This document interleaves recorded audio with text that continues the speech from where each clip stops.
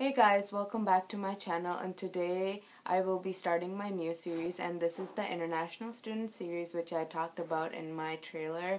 And pretty much in this series I will be trying to help those international students who are thinking of coming to the US, especially for undergrad and possibly high school exchange students, because I myself am an international student. I identify strongly as an international, and I want to be able to help those who have trouble adjusting to a new culture, and also just understanding how the education system works, because from my personal experience, I didn't necessarily have as much guidance, which can be hard sometimes, and I feel like it is very, very important that you are able to make connections and that you have like someone kind of guiding through some of these processes, because it can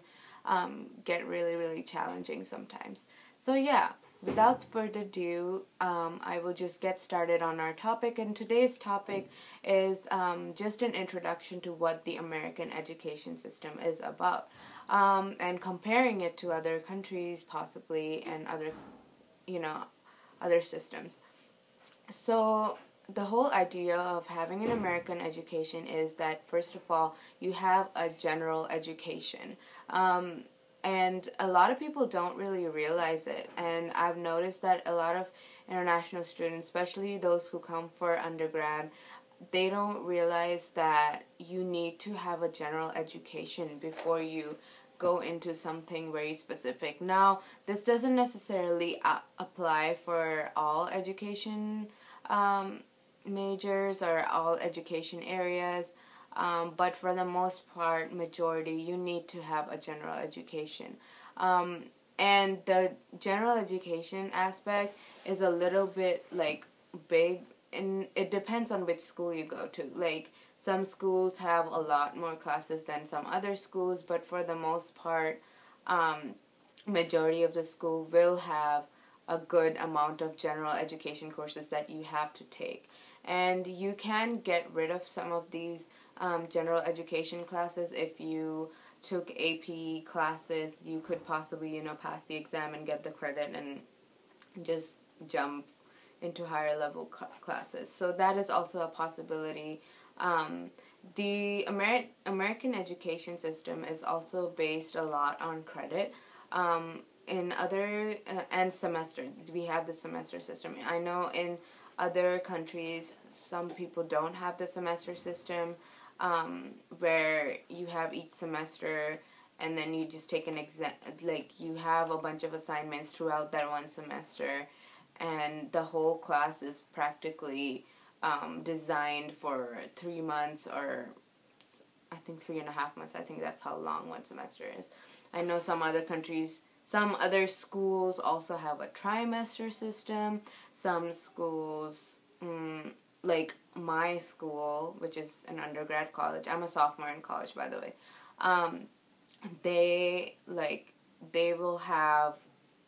they have like this thing called a May term, and I know some schools have J terms. So it's kind of like having a trimester, except like during that one smaller term you're taking like maybe like one class for 3 weeks for 3 hours straight, which sounds terrible, but it's honestly not. It really depends on who your professor is and what subject you're taking. So yeah, that is the main difference, is like, the whole gender thing. Oh, another thing is that, like, especially for the careers like medicine and law, like, you need to have an undergrad education before you actually go into medical school. Now, this doesn't necessarily mean that you have to have a bachelor's of biology or biochemistry in order to go into medical school. You can go into medical school. I'm not so sure about law because I'm not in that department. I'm a biochemistry major, and I plan on going to medical school, which is going to be a challenge because, if you're an international student and you already know about the international student policy with medical school, you will probably understand. But anyways, back to the topic.